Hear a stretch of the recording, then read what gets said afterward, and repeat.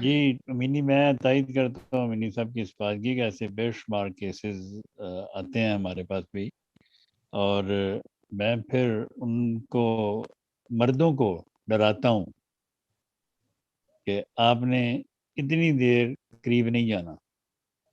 تو ایسا ہر بار ہوا خدا کے فضل سے کہ وہ تھوڑی دیر بعد ہی وہ خاتون پریگنٹ ہو گئی. کیونکہ یہ جو ایکسیسو سیکس ہے، لوگ سوچتے ہیں شاید اس دفعہ ہو جائے، اس دفعہ ہو جائے، اس دفعہ ایسے ہوتا نہیں ہے. جیسے ڈاکٹر صاحب نے بتایا کہ اسپرم اتنا کمزور ہو جاتا ہے کہ پانی ہو جاتا ہے، اس نے کرنا کیا ہے.